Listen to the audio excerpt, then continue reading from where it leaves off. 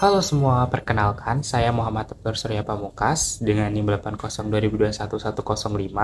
Saya berasal dari Fakultas Psikologi. Nah, saya di sini untuk menjelaskan tentang konstitusi negara. Nah, konstitusi sendiri itu adalah hukum dasar negara yang tertulis maupun tidak tertulis. Konstitusi juga menjadi landasan dalam penyelenggaraan pemerintah di suatu negara. Konstitusi juga mengatur hak dan kewajiban negara serta struktur pemerintahan.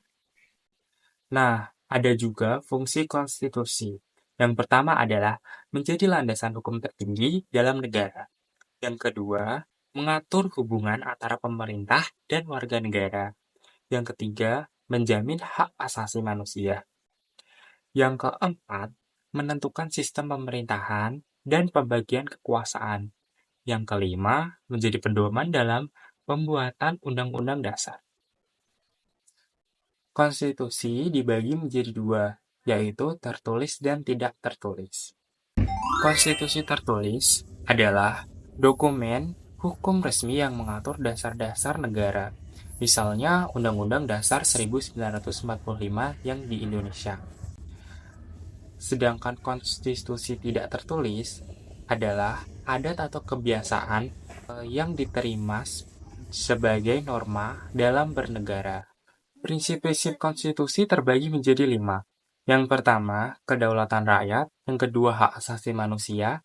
Yang ketiga, pembagian kekuasaan. Yang keempat, konstitusionalisme.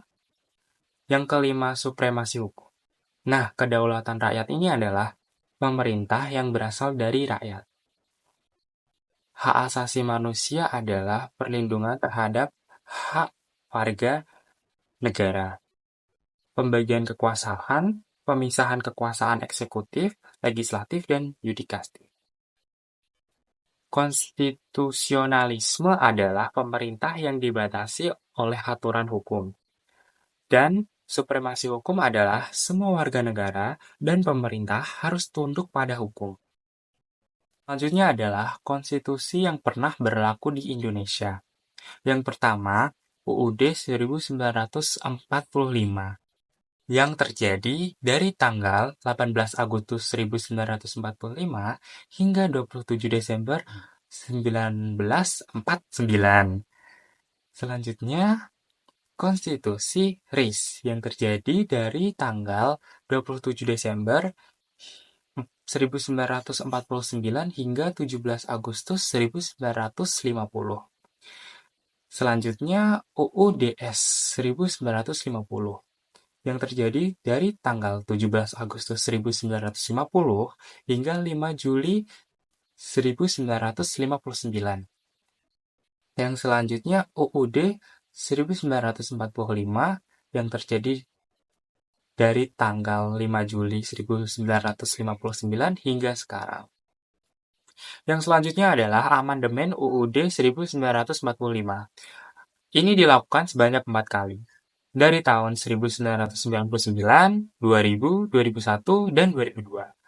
Hal ini untuk menyesuaikan dengan perkembangan demokrasi dan mengubah sistem ketatanegaraan untuk memperkuat hak asasi manusia serta memperjelas pembagian kekuasaan.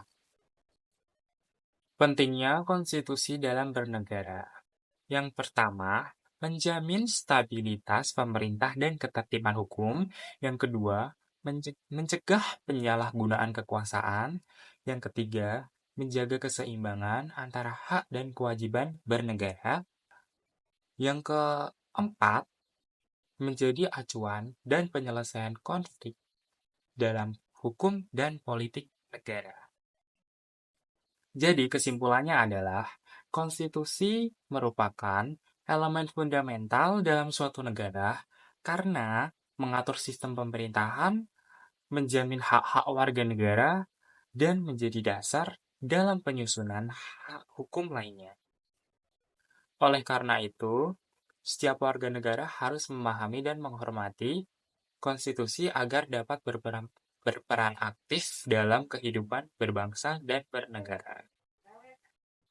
Cukup sekian penjelasan dari saya. Terima kasih dan mohon maaf sebesar-besarnya apabila dalam penyampaian tadi Mungkin ada kesalahan kata atau beberapa pernyataan yang menyinggung. Saya akhiri, selamat pagi dan terima kasih.